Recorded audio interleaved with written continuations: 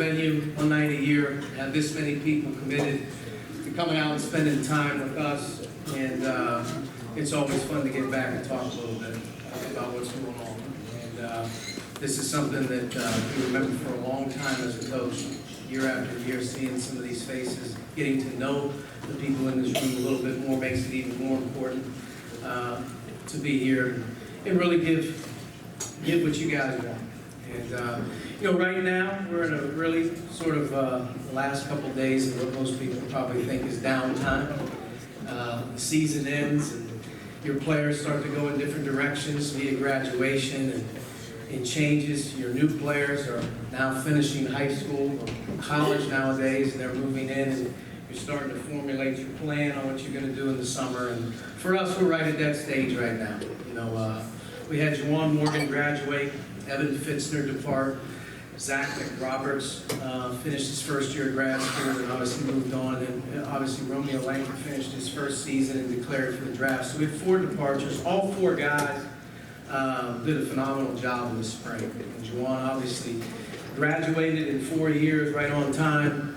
He probably had between 15 and 16 interviews with NBA teams over the last 45 and some days. And you know, he's heading for his plan in June. And I think he's going to be a good shape.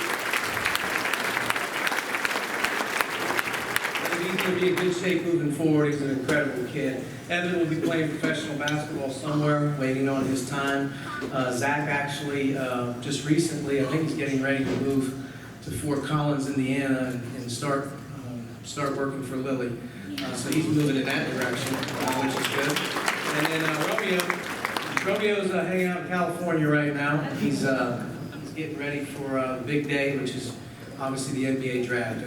You know, anywhere you want to look and anywhere you want to talk, he's doing really well. He's coming off of a thumb surgery, which has really kind of impeded his workout process, but he's done really well. He's interviewed with 15, 16 teams, and we're excited and really hopeful that he'll become our 77th NBA draft pick in Indiana. With the departures, obviously you got to add, and we have 3 new guys coming. We're excited about all 3. Trace Jackson Davis and Armand Franklin entered campus today. They started to get their physicals and started to get their stuff in order. You know, they're starting to become college basketball players here. So we're excited to get those 2. And then Joey Brunk decided upon his graduation from Butler to choose to come and finish his last 2 years at Indiana, which we're really excited about. Adding Trace and adding Joey to what we have, really for the very first time, we have a Big Ten size inside. Juwan really played predominantly a big role for us over the last couple of years, but in time, as it overwhelms you sometimes, especially in the Big Ten, with the size of the bodies and the strength inside. So being able to get that depth at the true center spot with Duran and being able to play bigger is something that's exciting. And then, you know, our returning guys, you know, for the first time, you know, in a while, you know, we're not going to have a ton of new people. You know, we had 6 new bodies on campus last summer, trying to get them sped up. But those guys have all been here now for a year, with Rob, Devisi, Jerome, him coming back hopefully healthy this season. We're knocking on wood on that. So we have a good plan, and it's going to be a very important summer for these guys. There's got to be some development. There's got to be chemistry like everything. But as you go through a season like we did, you learn a lot. You learn a lot about the people in your locker room. You learn a lot about your staff. It's not fun.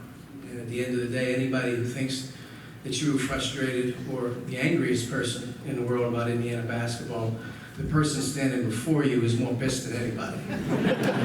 So make sure we all understand that. He gets a stern talking to every morning in the mirror, so you don't have to worry about getting the message to him. But we're excited for our summer. We really are. We'll have everybody on campus all June, July, and we'll finish in August. And we'll start the preparations, obviously, our upcoming season.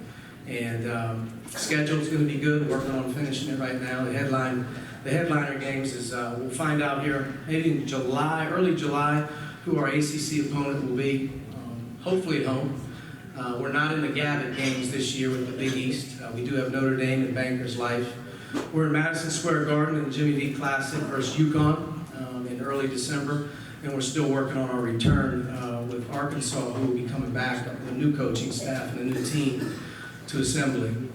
Those would be the 4 big ones right now. That'll kind of pin us up as we try to build our schedule around the early Big Ten season, which I'm not sure who will draw on those first 2 in early December, but adding those Big Ten games in early December has really challenged your non-conference. It makes it really, really important that your non-conference obviously builds around it, but it's a tough stretch from basically the Big Ten Challenge early late November all the way through finals when you finish with that Bankers Life game. Those are some really, really tough games. So Big Ten had an incredible year. Really, to be honest with you, an unmatched year in maybe the last 15 years with the amount of depth in the league and the returners. I think it'll be as good next year as well. And for us to be at our best against the Big Ten, we have to win at home. And I think that's one of the big things with this team this offseason is understanding how important it is to play in Assembly and hold that home court. We should be at some level hopefully unstoppable in there, and that's the goal to do it. But this team has to have more of a concentration level about playing home in the Big Ten, because if you do that, you're going to be in a great situation to do what you want towards the end of the year. Right now, it's recruiting.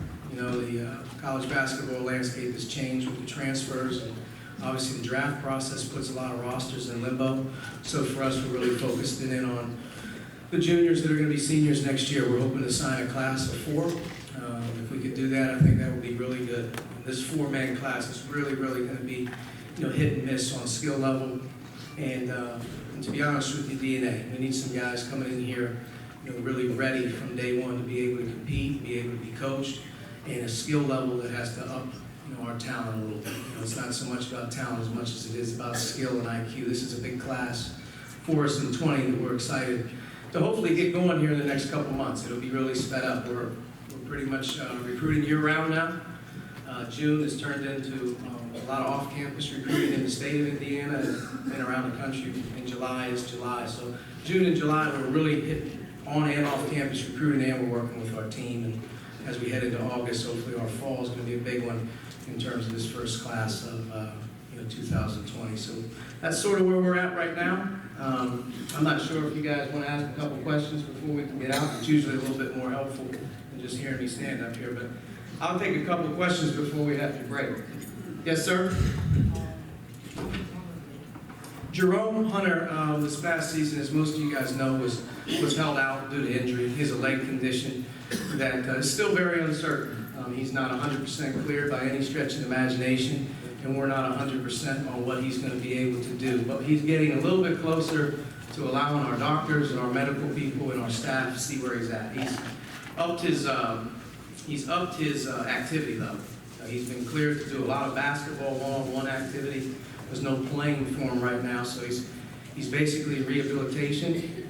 Tim Garl and our doctors, he does a plan that in the morning. He then lifts weights in the afternoon, and then in the evening time, he's on the floor, doing some more agility work just to kind of continue to build his conditioning level, his stamina, and kind of get his feet back under him. So he's doing a nice job there. We're hoping each month we'll get more information on Jerome.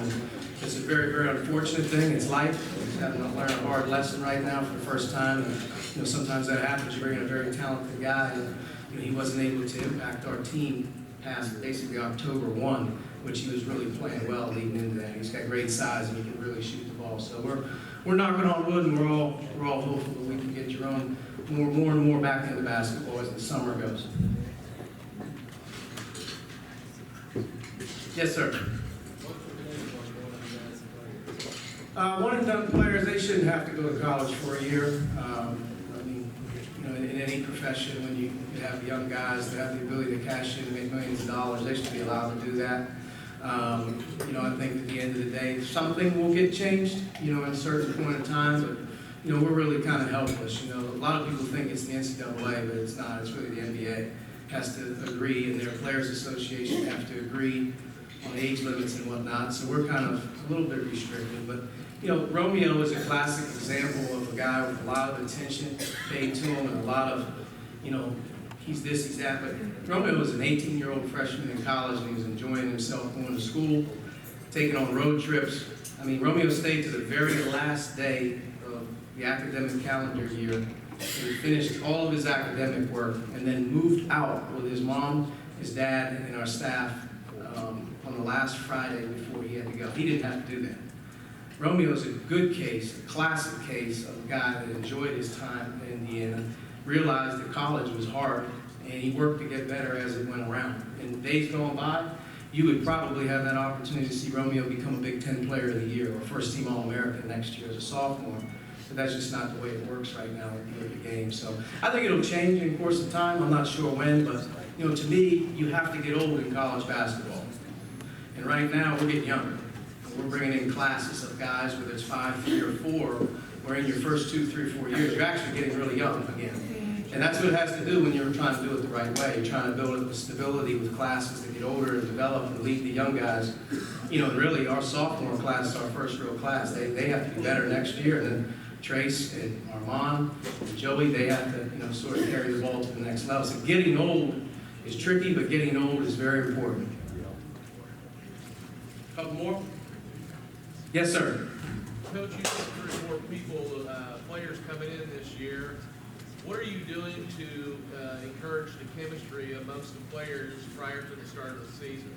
That's a good question. I mean, you're always trying to build chemistry, and I think that's why the summer is really important. Not only are you on the floor with them as coaches, and they are on the floor together as teammates, but you really have to put them in situations where they're with each other off the floor as well. So you're looking for once a week for some type of team activity that they can do on their own. You're also looking for one maybe family night a week where your entire staff, families, and players are together. You're constantly on a quest to try to build that trust. I think that's a big thing this summer for us. But just the work, I think most guys, most people know, you got to go through things to get better, and you got to learn from them. Families are no different, and our basketball program is a family. You got a lot of people involved, and you got to make sure at the end of the day everybody's sort of sacrificing and doing what they got to do and being rewarded for that as well. But it's a challenge. But I really feel like Joey Brunk is a really, really important figure for our team over the next couple seasons. He's got a great personality. He's older. He's competitive. He's played in the Big East. And I think he brings a very dominant, loud voice to the floor, in the locker room, and off the floor, where I think he can really be a fire plug for us. We need more of an energy level. We need more of a personality. Sometimes when you get young, you're quiet. You don't say much. As you get older, you learn the ropes a little bit. So I think bringing in Joey, to me, is a real important thing. When we talk to him about recruiting, is to bring, that passion and also that personality to our team. We need that. Yes? Yeah, first of all, I'm a huge Archie Miller fan. Oh, thank you. I know we got 4 scholarships for 2020. Yep. We got 2 that we could use this year for the grads that can maybe shoot the 3. Yeah. If we use it for 1 year, we'll have the 2 left to get 4 for 2020. Why don't we try to get? Yeah, I think one of the things, it's a good question. We do have 4, and it's the first time since I've been here that we've had the ability to have any roster flexibility. We haven't had any roster flexibility since I've gotten here. We inherited 16 on scholarship, 3 guys went pro the first spring, so we were full boat with 13, and then this past season we were full boat with 13. And it really, I've always been under the impression that lower number is better for basketball, especially a place like Indiana. You don't see the floor earlier in your career, you're going to roll fast. That's the way things work now. So when your scholarship numbers are down a little bit, I think it gives those 9, 10, and 11 guys a little bit more light at the end of the tunnel. So we've kept 2 scholarships. We've obviously explored a lot of the options with the grad transfer stuff, but the grad transfer is a little tricky because if I graduate and I go to school, I better be getting what I signed up for.